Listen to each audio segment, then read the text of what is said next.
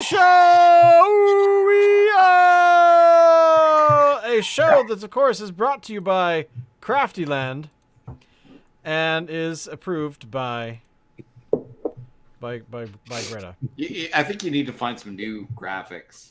It's like Okay. How it was about funny the first 20 times, and then after that, yes, evil. Anyway, yeah, I probably should get some more. Anyway, welcome. This is the Crafty Boys, where we sit around, drink beer, and talk about crap. That's pretty much it. That's a pretty simple show. Make sure to follow us, do all the social media things, and tell people about the show. Because if you don't, we will send you to this man. right? Anyway, hi.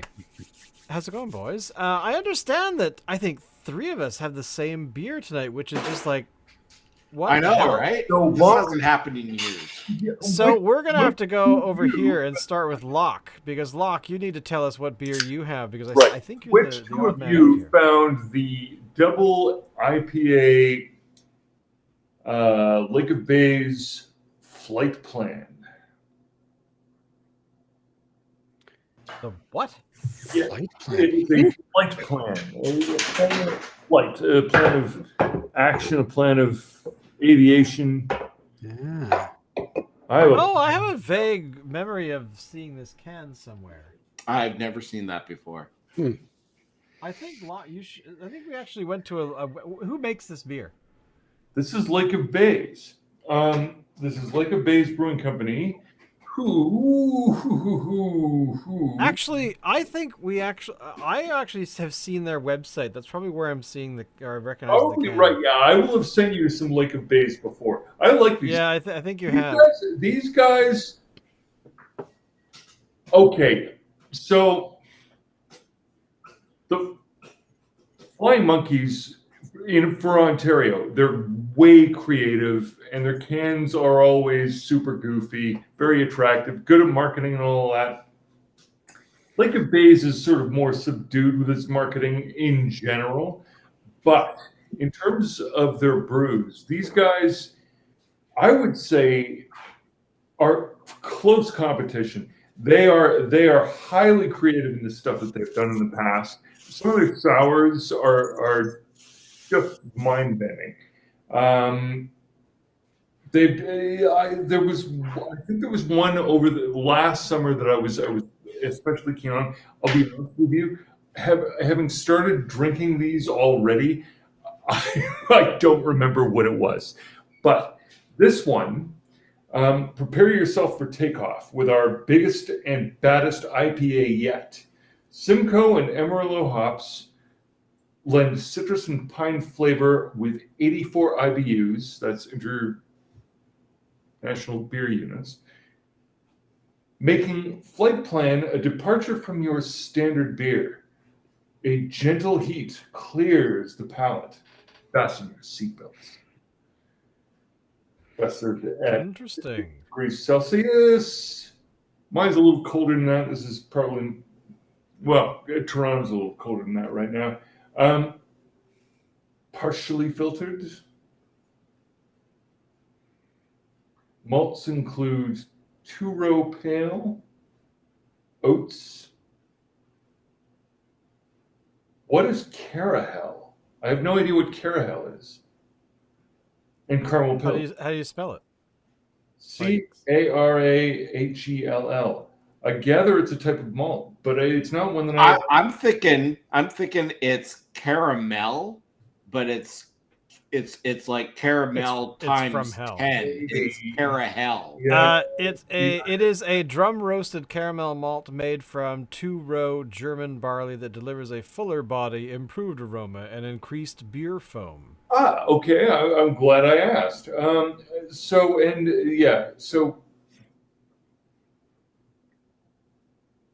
those are the malts, and then they say they kettle hopped with Magnum, Simcoe, and Amarillo, and then they dry hop with Simcoe and Amarillo, which is to say that they're giving the secrets away to their competition, saying, just try to do this the way we did it.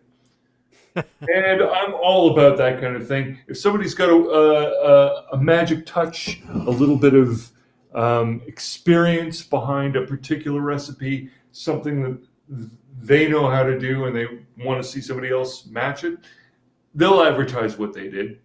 And I take that to be some swagger right there. Right. Nice. Confidence. So, what does this actually taste like? Drum roll.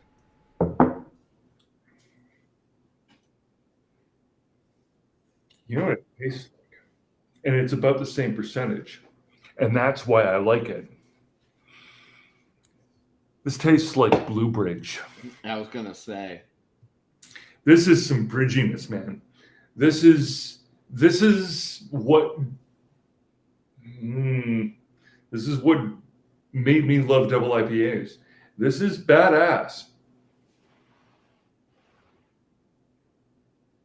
Wow. I'm kind of impressed. It's smooth, it's clean, it's quaffable.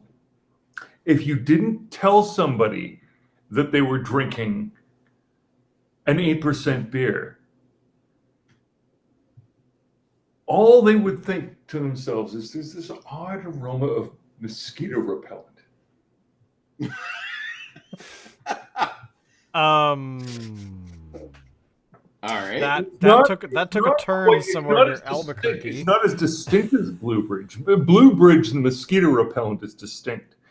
It's not as pungent. I'm not as drawn to the mosquito repellent quality, but it's still there. It's still this. It's the only thing that alerts you to the fact that you're getting way drunk, dude. Well, and that's the thing with Blue Bridge, right? It's like you can pound back like 3 of them. Yeah, no, go down like water. Easily. With a little bit of mosquito repellent. Oh, is that what you meant by no, okay. I was a little slow on the uptake there, boys and girls. Not a surprise. Yeah. So I'm guessing this thing gives you giving a thumbs up too. Oh yes, no, this is delicious. It's quaffable. It's all the things that you love about a beverage that'd be good camping in the sun on the lake. Lake of Bays. Now, is that one regularly available, or is it like a limited run thing? It's the first time I've seen it, so I don't know if it's going to be regularly available. But I got to tell you, the fact that it showed up at all, when I noticed it, I thought, I better find out what that's like. And it turns out it's fantastic. I'm very happy with this beer.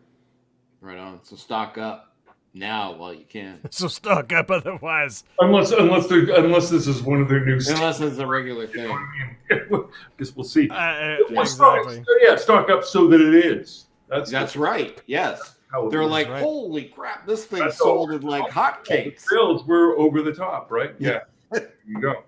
So, okay. Well, now that Locke has provided us his review of that beer that we don't have, I'm going to bring Dave up to the forefront. Dave, you went to the beer store the other day and sent myself and everyone the photographs that you of beer that you located. And Alan and I were able. Oh my lord! What did you do, Dave? Did you shake the That's can? a quality before pour you in there, poured? boys. That's not a quality. Did you give it to a 4-year-old? That's like, Age is a cruel I thing. know, there, man. Dave. Hey, Peanut I gallery. had her on a good angle and the whole 9, and Wow. just So show the folks what beer was Piles. acquired. By the way, I just want to show you my pour. Not Well, I haven't even anywhere opened as mine. bad as yours. So it's Bad Tattooed peanut butter porter, and it is a Peanut butter beer- chocolate porter. Peanut butter chocolate. Now, we have a love-hate relationship with these flavored beers. We know that some people, friends of the show specifically, loathe, deep beer. the deep beer. Loathe flavored beers. So we have to, try and be fair and nice to this one. So right off the bat, it smells like... I'm gonna come to Dave's defense here. Mine is like I'm doing a good pour here, and mine's like extra foamy. Like Okay. I poured check mine this the out. normal way I would do, and I did not get that at all. Like, I barely got any foam. So, Maybe I was just pouring too fast. I don't know, but Jesus. it's still. So it does smell like a very deep malt. It's very, very sort of nice, aromatically. Of course, Julian has concluded that they mostly suck, which, you never know. They could. But this one smells okay, and I've already tasted it. Mm-hmm. I've had this one before. I can't remember if I did it on the show before, and I actually really enjoyed it last time I had it. It tastes like peanut butter. Yeah. It tastes like peanut butter and chocolate. So, what do you think? Penis's peanut butter cup? Sorry, No, Reese's it- penises? What? Sorry, I don't know what I just heard there. Reese's penises. Is it not the Reese's Pieces that make the peanut butter cup? No, it's Reese's peanut butter cups that make the pieces. I fucking don't know. Something It's like that. it doesn't quite taste like Reese brand peanut butter cup. It tastes like peanut butter. It tastes like chocolate, but it's not that kind of like. It's not like that kind of a mix. Do you like it? I like it Okay. for myself. Like I would have. I'm this giving again. it a thumbs up. Yes, same here. It actually tastes as advertised. I know Julian does not like these beers, and in deference to him, a lot of times he's right. A lot of the times these beers that are advertised to taste a certain way don't. That doesn't necessarily make them bad beers. It's just they don't taste as advertised. This one does taste as advertised. That So, yeah, you I would remember agree with the that. old 80s ad? Wasn't there an ad that you got chocolate in my peanut butter? You got peanut butter in my chocolate. Did I hallucinate all of that, or did that? That was It totally, yes. Oh my lord! What was the advertiser? It was Reese peanut butter cups. Was it? I don't even remember. Some guy would be walking along, with his jar of peanut butter and a spoon, and another person walking along with a big ass piece of chocolate, and then they bump into each other, and they're Okay, I'm looking this up because I'm very curious. I totally remember those The commercials. 1980s Reese's peanut butter cups. You got. And I think it may have been 70s actually, but hey, your chocolate's in my peanut butter. So basically, it sounds like these are ads from back in the early 80s. It doesn't say 70s, but again. Oh no! Wait, I just noticed one from 1978. So before we get into that, Dave was the one that picked the beer, and he hasn't said a bloody word yet. So, But he has been drinking it, hasn't he? yes, he has. Dave, Very strange. give us Keep going, yours, Dave. You. Tasty liquids, beverages don't tend to last around me. They just are gone. right? So, But this is nice. It's got a little more, I want to say pininess. okay. I don't know how to describe it. It's got a little bit of an edge of something. And it's funny. It must be my taste buds too. I'm picking up coffee flavors or coffee-like flavors. I don't know if you guys are noticing something along those lines, but I think that just might be the malt. I find that malty beverages can have sort of like a bit of a coffee kind of flavor, to sort of, or it has a flavor to it, and you can't put your finger on it, and your head goes to coffee. It's the roast that's coming. Yes. Yeah. the rest. Okay, totally makes sense. Yeah. Yep. But do you think it tastes as advertised? Because we've had lots that didn't. Oh yeah. Yeah, I would say this is one of the few that definitely are going to provide you with a flavor experience that is the same thing that is on the can. Yes. Yeah, otherwise we keep running into ones that are supposed to taste like something and they taste nothing like what they say it tastes like, and then we just get disappointed and we start to really think that maybe Julian's right. But we don't want to go there. But there We are don't want to go exceptions, there. Julian, and what about this now? one is one. Remember the spruce. God. Yeah. So But there are exceptions, and this is one of them. The other one I would say, and I think it's out right now, is Heist Oh, yeah. from Cannery Brewing, which is a maple syrup stout. Okay. Didn't And you guys do that really, one? really flavorful. Yeah, we've done that one before. 'Cause I seem to recall us talking about Yeah, heists and maple syrup and yeah. That's a really good one. If you can find that one, I'd get that. In fact, I'd rate that one above this one, but this one comes in at a pretty close second, I would say. Nice. Yeah. So thumbs up for me. So thumbs up. So basically, we have all stated that this beer is actually providing what it says it does.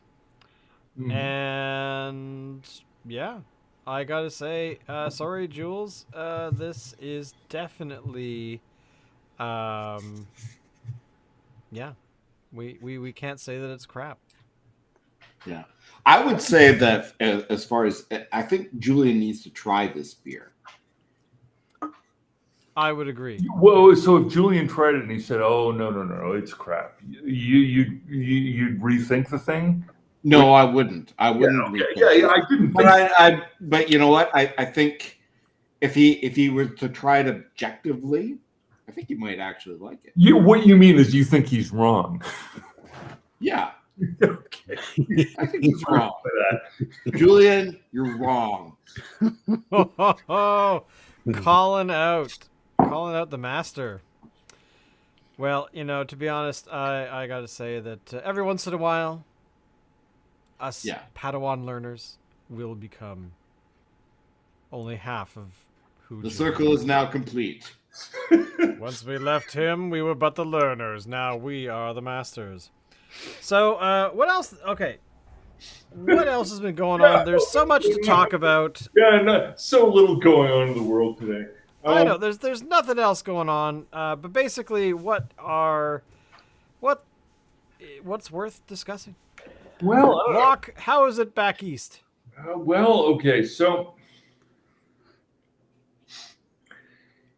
I don't know if I've gotten around to it before. I think I mostly probably have said, more than I probably ought to if I didn't want to be canceled by certain angry millennial types. But I'm also trying to be canceled by any of the kind of folks that would have affiliated themselves with a freedom convoy that traps people who live downtown in their apartments with honking horns 24 hours a day so that they can be dinks to everybody. So with those two things, pre-qualified as, I don't want to have any affiliation with any of that. I gotta say, I'm pretty fucking sure that at some point I made an objection against the whole concept of cultural appropriation. Cultural appropriation is a concept that, if you were to apply it correctly, only really applies in the United States because it's based on their racial theory that if white people get dreadlocks, then that's further oppressing the broken down, race to the bottom concept of humanity, which is that it's got to be either black or white. So forgetting all of that as something that we up here in Canada want to do, what the fuck is a freedom convoy exactly? Well, it's funded largely by the United States. And now they've got freedom convoys all over the US. I think this is marketing bullshit, where somebody in the Republican Party was like, okay, so if we fund a fucking bunch of guys driving trucks, because trucks are really hard to move, right? You move a bunch of 18-wheelers and fucking fuck up Canadian traffic and pretend that it's Canadians doing it, but we're funding it. And then the whole world would be like, oh my God, the Canadians just went all fucking berserk. Now We can have trucker convoys all over the United States, and we can just point to the fucking Canadians and go, yeah, no, it was reasonable, like moderate people who fucking go with that. We're just extending that into our jurisdiction, right? Isn't that what the fuck that is? Yeah. Very good question. Can I be honest with you guys? I'm like so done with everything. I've kind of like just tuned it all out. Like I can't deal anymore, and I find it all very, very stressful. And so I kind of like I've shut off most of my social media, and I just good job. Yeah, no, I mean, thank you. Good. Yeah. Good. Because I just don't want to deal anymore. It's like I want to, like, they're stupid, so I don't want to give them the time of day. I don't want to give them press that they don't need. What they want is attention, and we're giving it to them. Remember that Simpsons episode where all like the mascots, like like the lard lad donut guy came alive and everything, and they're terrorizing the town, and they came up with a jingle that says, "Just don't look, just don't look." That's what I want to do now. I want to say, "Just don't look." It's like we're having a moment of realizing what's been going on for the last while, where we've had a lot of attention, given to things that are not necessarily things that are that important. I mean, it's frustration, people blowing off steam, sure, but it was fascinating to me just over the weekend, where it was a long weekend and we took a bit of time off, tried to stay away from machines and whatnot. But my favorite moment, which to me summarizes the entire situation with the Freedom Convoys, was a video clip of Conan OBrien on his podcast a little while ago, being reminded of a situation where his child at one point a few years back, when they were much younger, asked him what was pornography, and he said, "Oh, good Lord, have we reached this age now where they ask these questions and we have to like make sure that we have these frank and honest?" And then so he apparently sat his child down at some point and said, "So where did you hear about this? Was this at your school?" And apparently the child, without a beat, just said, "Well, actually, no. I was watching a Simpsons episode you wrote, and it was in there." So that to me summarized the whole Freedom Convoy thing. That's a gotcha moment, and I appreciate it.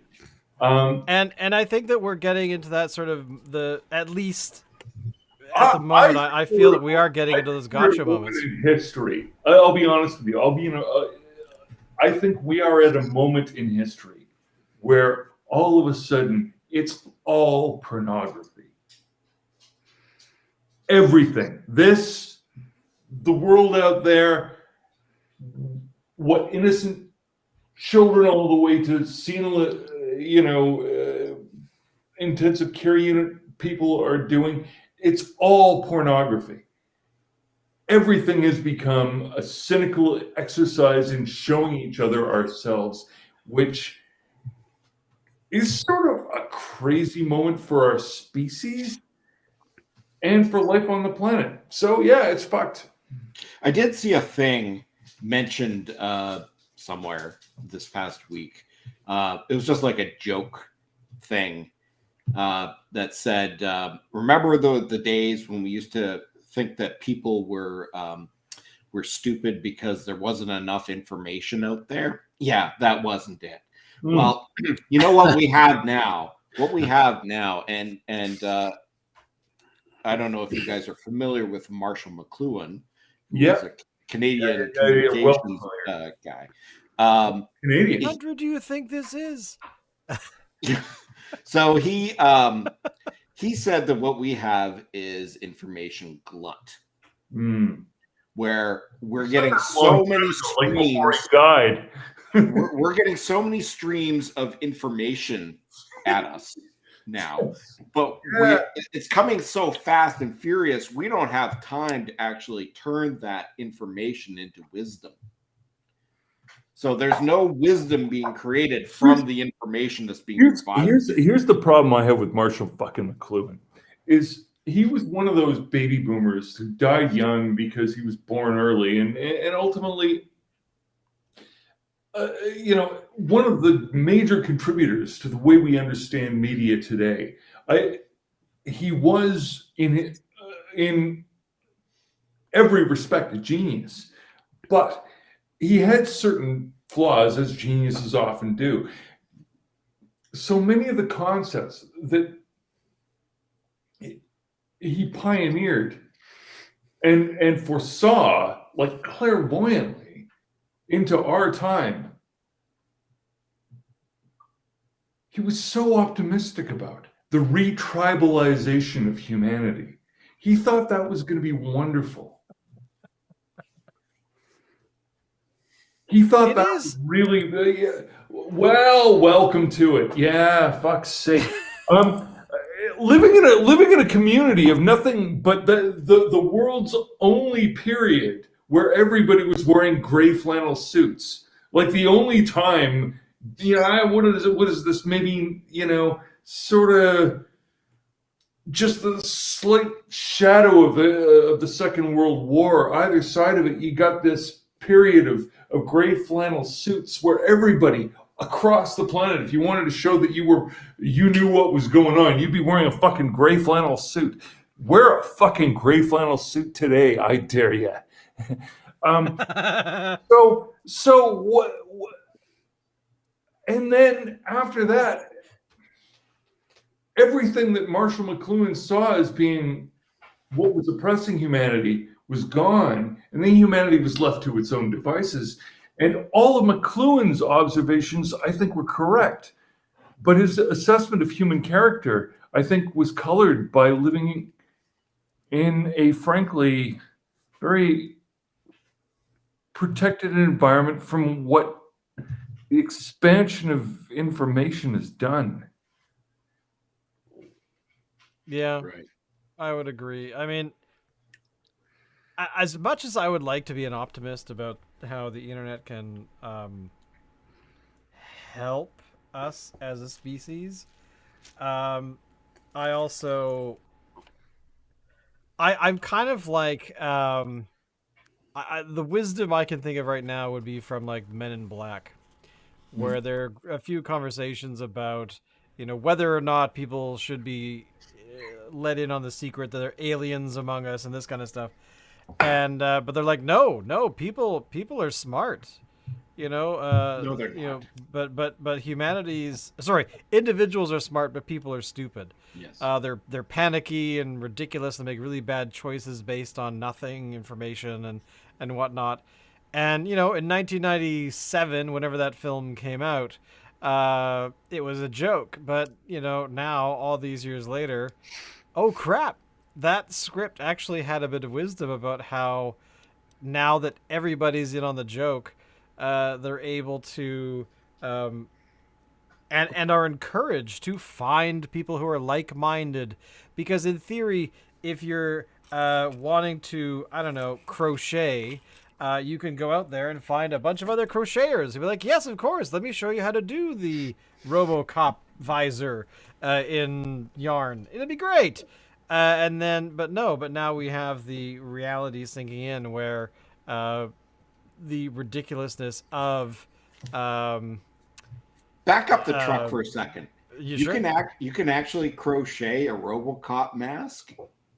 Oh yeah, you totally can. I'll get you the tutorial.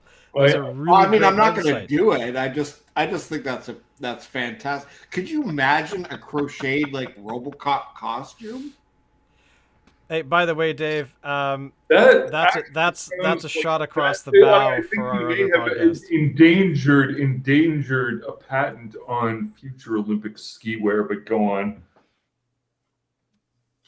Well, I mean, yeah. I mean, look. Yeah, how much does it cost for a toque at the Olympics these days? Well, no, no. But the RoboCop pattern done the right way, maybe not. Maybe not skiing. Maybe speed skating. Like you gotta be able to expel as much, as much energy as you need to keep yourself cool so you don't overheat. But you gotta be able to, anyway.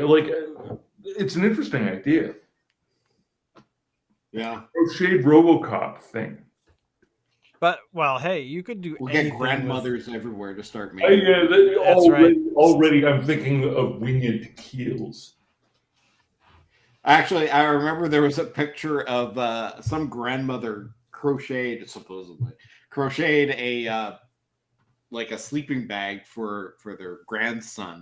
It was supposed to be like a shark, and you're in the mouth of the shark, so it looks like it's eating you, but you're sleeping. But the placement of the fin was a little bit dubious, a little bit suggestive. Oh, Yeah, just Well, hey, at least she made room for a growing boy. That is so incredibly terrifying. Like, that to me is just not something I would ever want to put on. And then somebody, and this is not crocheted, but this is something that you could actually buy. It was a sleeping bag of like a tauntaun, where you could actually sleep inside the dead tauntaun, like Luke did in Empire Strikes Back. That just wouldn't be any kind of comfortable.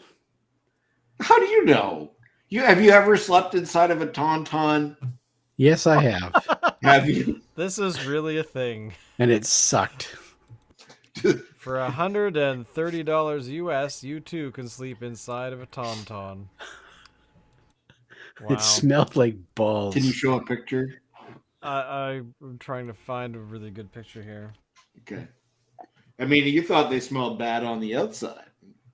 Yeah, here we go. So basically, this child here. I really want to. Oh, here we go. No, that's too small. Why are these all tiny? Stupid online stores. Okay. Now this, I gotta say, is totally worth the viewing. So here you go, boys. This is the live tauntaun, the sleeping bag, made of real tauntaun. So it's kind of adorable. If you It even has a sleeve in there. Yeah, adorable in a climbing inside a gross dead carcass kind of way. Yeah. Yeah. It's one of my favorite looks. Well, at least it doesn't have entrails sticking out of it. Fuck's sake. I'll be honest with you. I totally want one. Yeah. Yeah. I mean that's the sad part.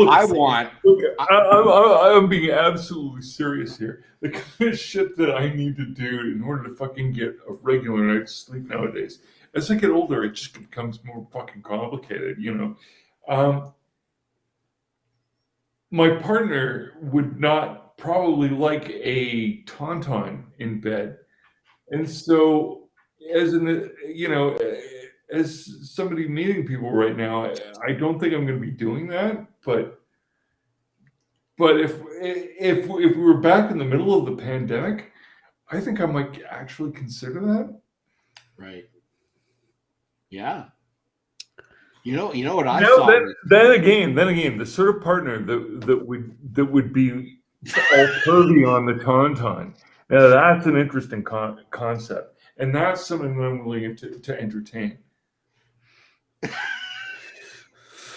That's not the one that I was thinking about, but hey, look, some chicks are into that kind of thing. Yeah. The one thing I saw recently, I can't remember what retailer it is, but they actually were selling the same Star Wars bedsheet set that we used to have like, when we were kids. Right. But I was so disappointed that they weren't available in queen size. Because I would have totally gotten it. I'm sure my wife would have been on board. Fit.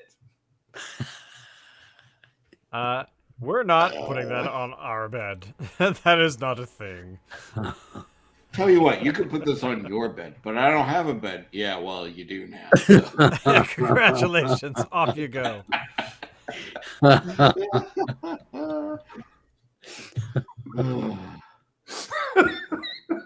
I Okay, so how about that pandemic, eh, boys? hey, so we ignored a topic when we were talking about beer before. So let's go back to the Reese commercial. The Reese commercial. You were in my peanut butter, and you were in. Oh, right, yeah. Oh, yeah.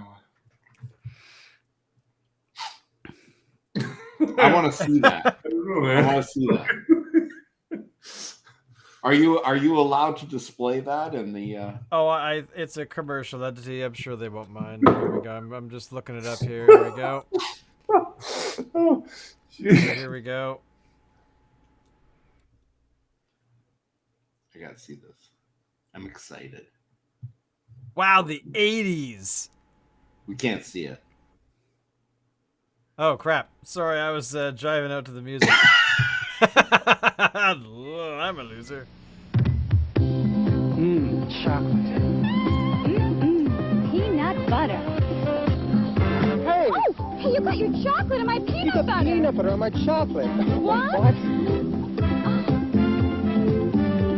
Delicious. Two great tastes that taste great together. Old Reese's Peanut guy Butter Cups. creeping on him. Milk chocolate, delicious peanut butter. Reese's Peanut Butter Cup. And Reese's Crunchy Peanut Butter Cups. What did Topped she with touch chopped there? peanuts. Wow. Oh, that hurts. That my favorite part is that was ripped from a VHS tape, and I can't help but ask why.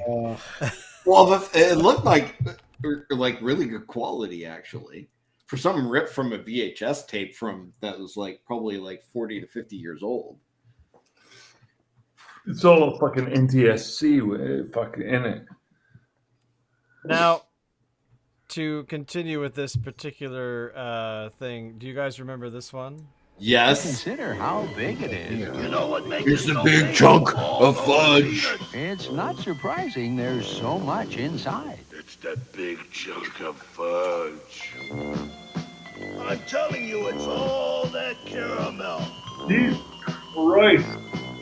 It's that Damn, I big never chunk really thought of of fudge. Oh, Henry, what makes it big? It's the big. I still say that actually all the time. I go, it's the big chunk of fudge.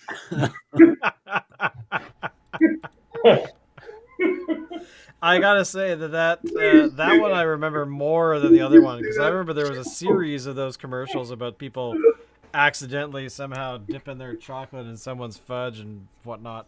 No, the chocolate and the peanut. You know what I'm saying. But that one, I for some reason remember it more.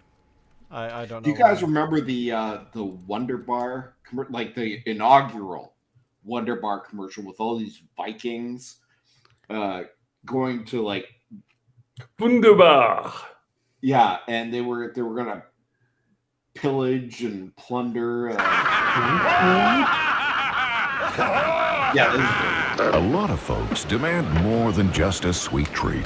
That's why they go for Cadbury Wonderbar. Wonderbar is peanut butter Wunderbar! wrapped in smooth caramel Wunderbar! and covered in Cadbury's Wunderbar! delicious chocolatey coating. Cadbury Wonderbar tastes Wonderbar. What the hell was that? It's like they've conflated the term Wunderbar with Ganiveld. Danegeld. That's what we're looking for. Danegeld. The Danes gold. Yeah, you got a bunch of gold. Yeah, some of that's the Danes gold. You give that to the Danes now. Do that right now. Yeah. Danigo.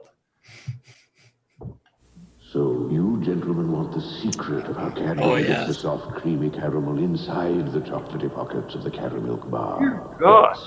We know you have it. I want prepared to pay I want whoever made 50 million. era Not enough. advertising. 75 million for the caramel secret. Not enough. 100 million, tops. Because Sorry. I'm willing to recruit pay them anything. to make. We have to recruit all of the directors who only ever got to do ads as a generation, as Gen Xers who have any interest whatsoever in film. We need to get all the people that made the advertisements of the 1980s. We need to make them feature or series directors, or maybe art directors. I don't know, because maybe 30 seconds is more about art. But anyway, what I'm saying is, oh my God, that's a fucking mind to be fucking resourced. Like, that was spectacular. That was so hot. If I could watch a whole feature film that looked exactly like that. Yeah. Yeah, say yeah.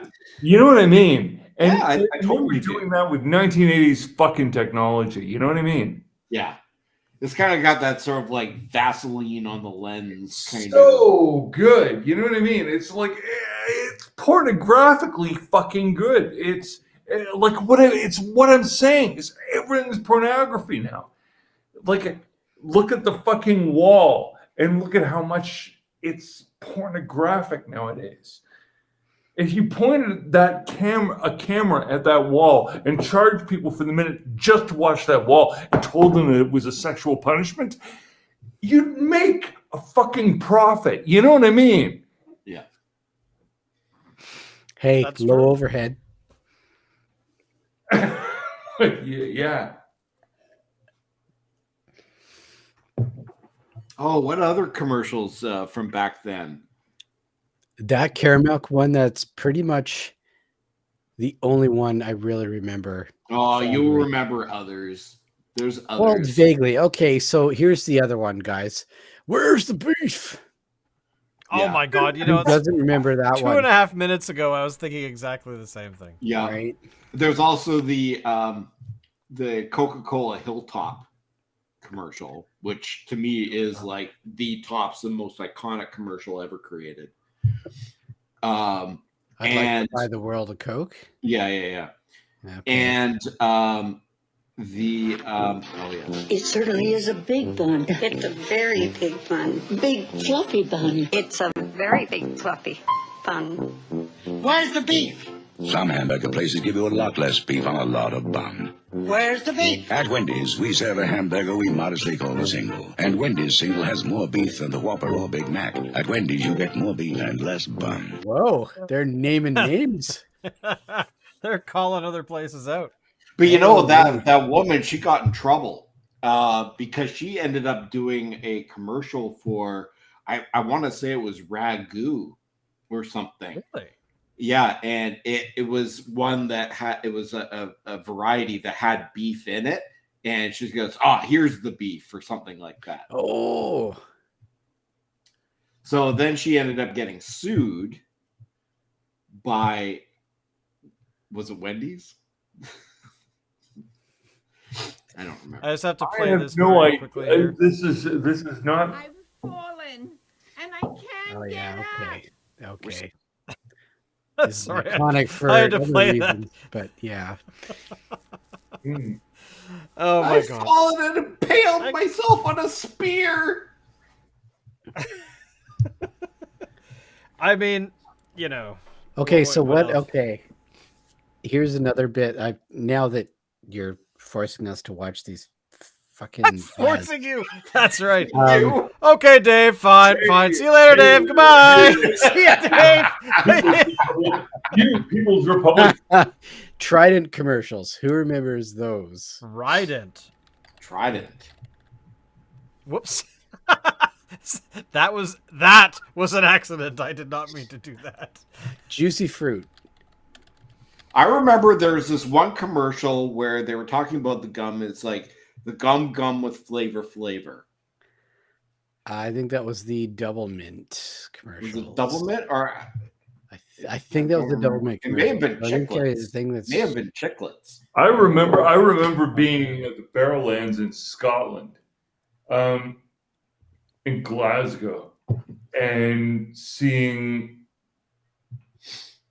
Pavement open for Sonic Youth.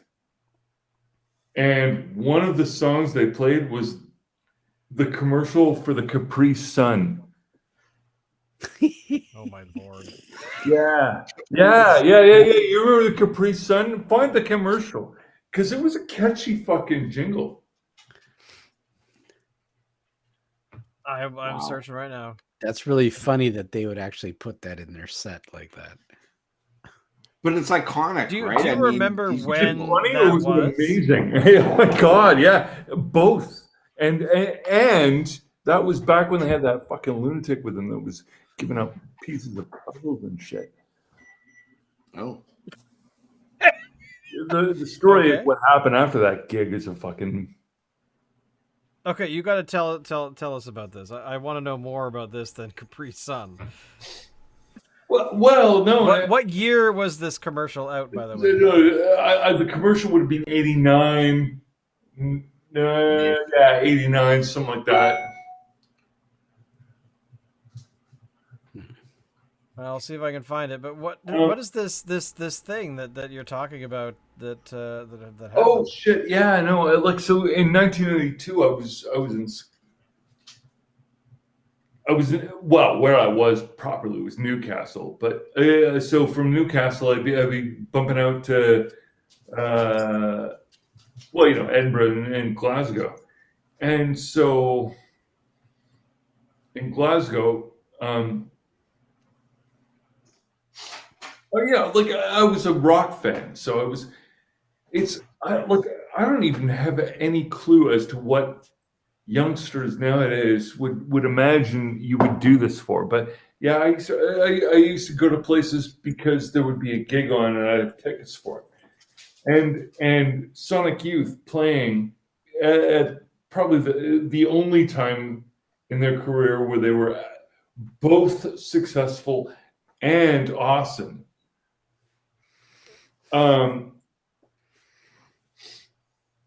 They were fucking rad, and they were playing at a huge venue in Glasgow, which the Barrowlands is like, it's big stage. I don't know, maybe like 1,000 capacity, maybe a couple of thousand. I don't know.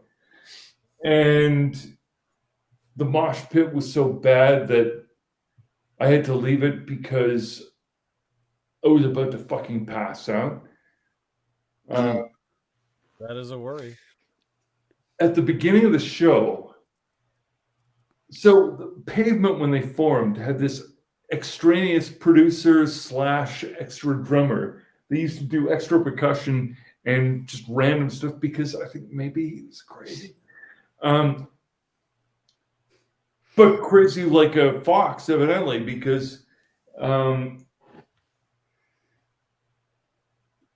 he was touring around with Pavement, because he became, sort of their extra member. Anyway, he was handing out pieces of a puzzle at the beginning of the show to all of the members of the audience. I think his dream was that at some point, all the members of the audience would come together and put together those pieces of the puzzle. The fact that nobody ever did is a message in itself. If you have the idea that handing out the pieces of the puzzle makes people make the puzzle happen, yeah, that doesn't. Okay. But yeah, so Pavement, at this point in their career, this is 1992, so nobody really heard of these guys. But they were, one of the things that they played as part of their set was the jingle for Capri Sun, and it was fucking rad because it's super fucking catchy. And when you hear it with loud fucking Marshall. I don't know if they were Marshall amps. These are grunge people. Who the fuck knows? Loud fucking amplifiers, growling out guitars of the Capri Sun. It's fucking mega awesome. And in 1982, everybody was looking for something uplifting because it seemed like the Cold War had ended. It seemed like everything should be on the right track, and yet here we are still at war. Thank you, Bush. And so that's where everybody was at the time. But like at the end of the day, what it was a message about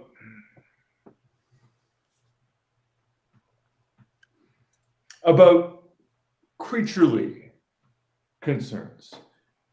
The feeling of yeah, rock and roll, you know what I mean? Like, yeah. Anyway. Yeah. Fun. Sounds good to me. Did I put everybody to fucking sleep? I didn't hear any comments. Nobody fucking interrupted me, which disturbed me. No, because I was waiting for actually Julian to chime in, and sure enough, he did not disappoint. So there you go. These are relatively peaceful times. Oh, well, they are indeed, yeah. I just wish actually I knew the band Pavement. Yeah, I'm not really all that familiar with Pavement. Yeah. No, neither am I. Heard the name, but that's it. I wasn't really all that familiar with Sonic Youth either, to be honest. Well, look, so Sonic Youth, everything up until Goo is awesome. Everything afterwards sort of sucks. Right. Okay. I actually, it's funny that you mentioned Sonic Youth, though. I did see a video tonight, actually, of Sonic Youth doing a live performance where they did a cover of I Want to Be Your Dog by... Yeah. And for that, no, look, the covers, that's the exception. Like, they did a fucking amazing cover with Bowie of I'm Afraid of Americans. Mm. Yeah, no, look, they did good work after that, but after Goo was the moment where they recognized that, Jesus Christ. Yeah, okay, so we got here. We were successful in those terms. We're teenage rock and rollers, except that we're not teenagers anymore. That's when they first noticed the fact that they're not fucking young anymore. Yeah. That's when they had their midlife crisis, and that's when they started to suck. Right. But can I just point out genius with other old people? Yeah.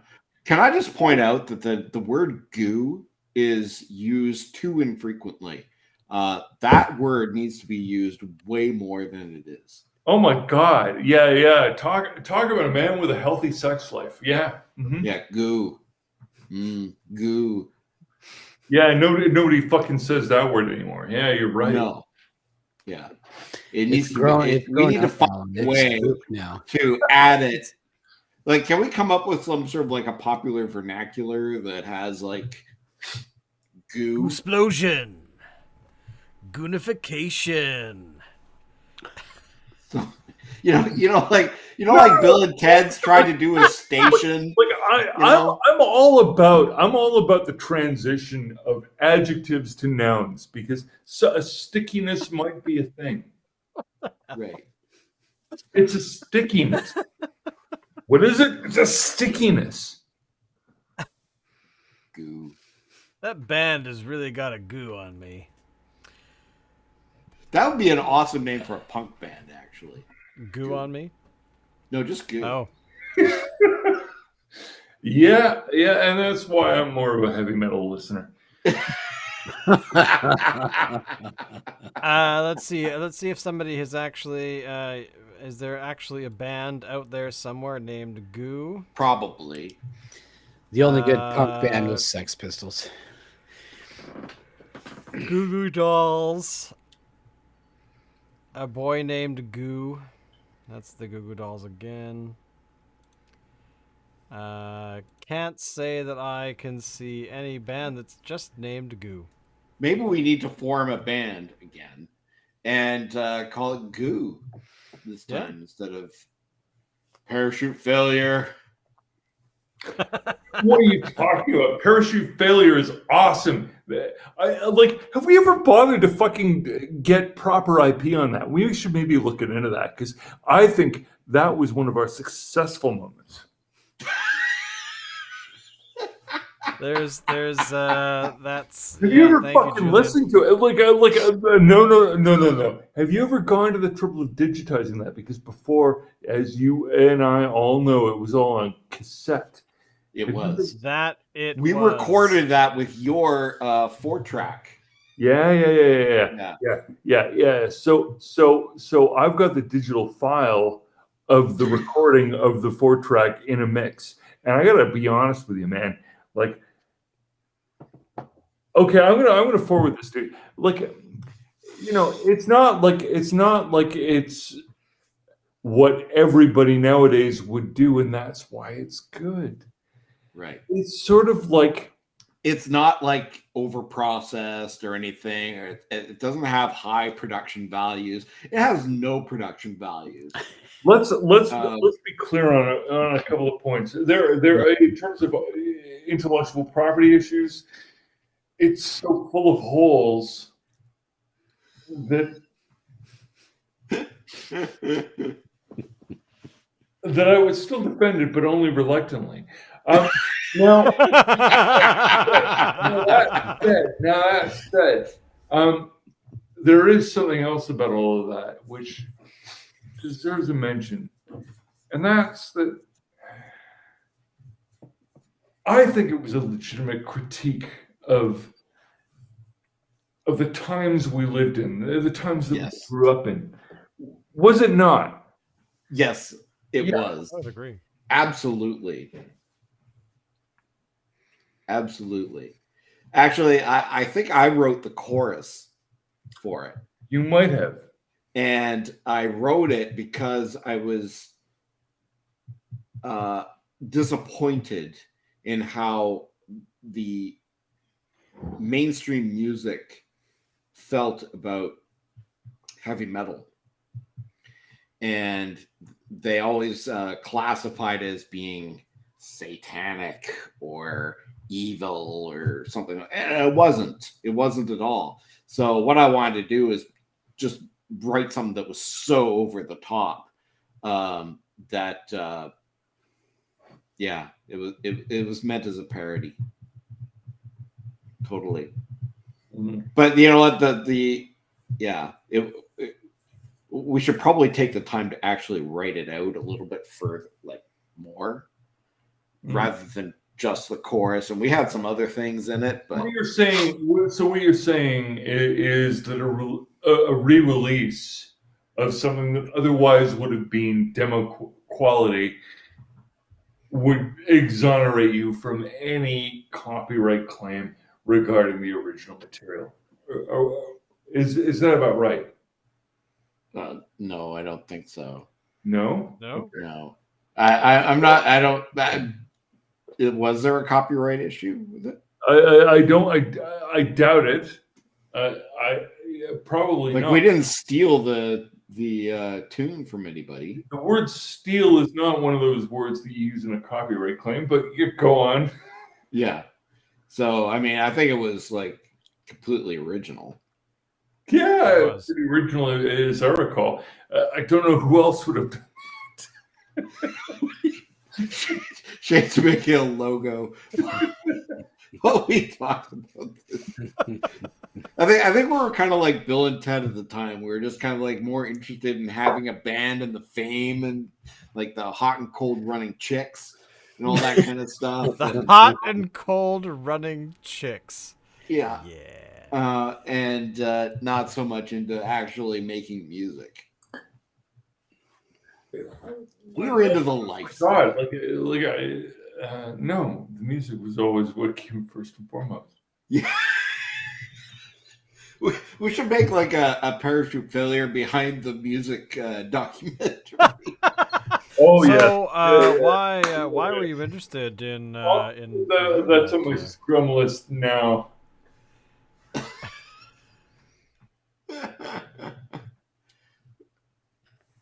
What are you doing? You guys are looking at me like I need to do something in order for me to add it to my scrum list. No, it's added. Well, is that supposed to be smoke? It's supposed to be smoke. Okay. You know, we're gonna make it. You know, there we go. A bit of smoke. Oh my god. There we go. So that's our logo. That's it. there you go. There's the logo right there. I disagree with the angle of the fire. Smoke is coming down, whereas the fire is going up. No, that's a good point. Let's turn it up like there. There we go. There's no. There's the first draft of our band logo. Turn it further. Turn it further. Oh, hang on. We gotta get a. I gotta get a. I don't know. Turn it further. Turn it further. Turn it further. That's the name of our first song. Turn it further. There we go. Let's do that. Okay. Hang on. Oh no. There we go. No. Are you okay? That looks like Pink Floyd. Where did fucking PF come from? Parachute failure. Oh yeah. Yeah. No. Suddenly I love this. No. Shane, you gotta stack the F. Ladies and gentlemen, P and flip 8% beer.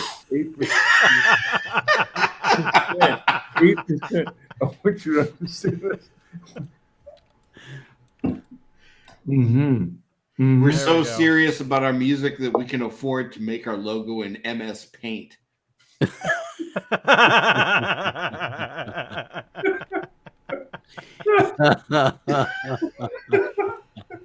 Oh my god, that is totally worth it. There you go. There's parachute failure. Although the, I guess this. Whoa, geez. I guess this fire is a little Small.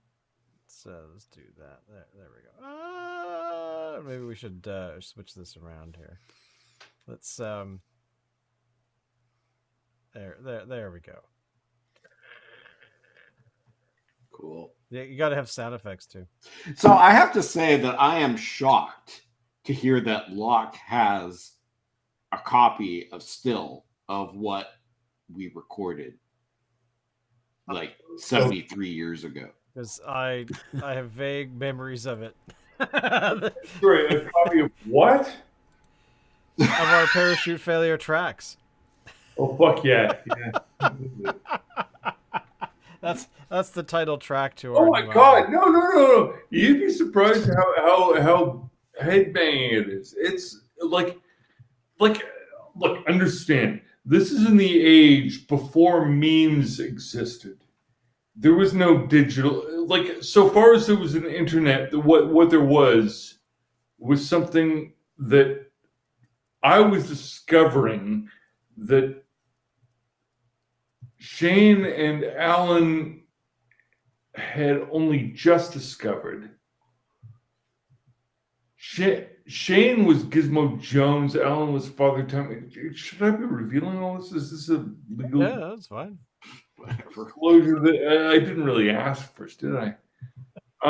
Anyway, you know, these were early times in the exchange of information. The information exchanged was of a trivial nature and mostly convivial and mostly, oh my God, look at what we can do. We can exchange information.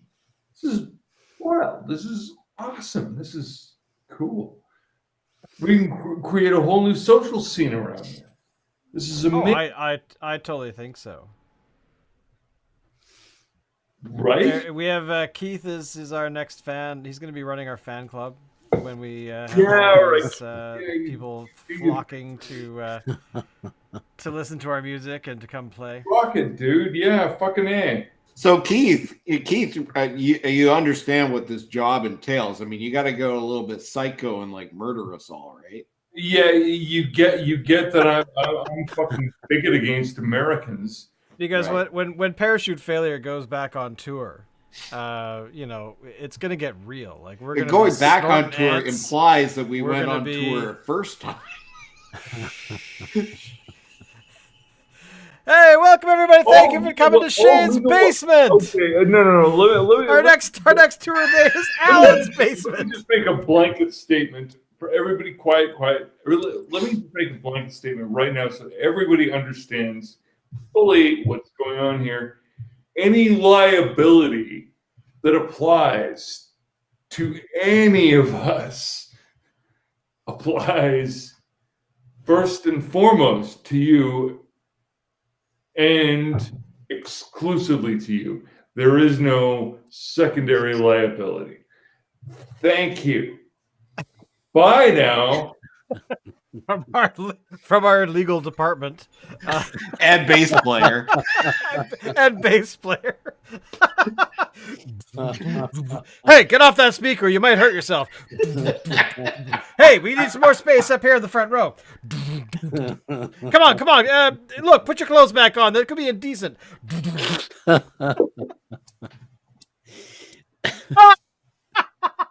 Says the man that sold the only fucking goddamn functional bass. No, actually, second functional bass I ever owned. Sold it to some fucking asshole. Anyway. I didn't sell it. You told me to give it away. Well, yeah, something like that. He said he would give it back.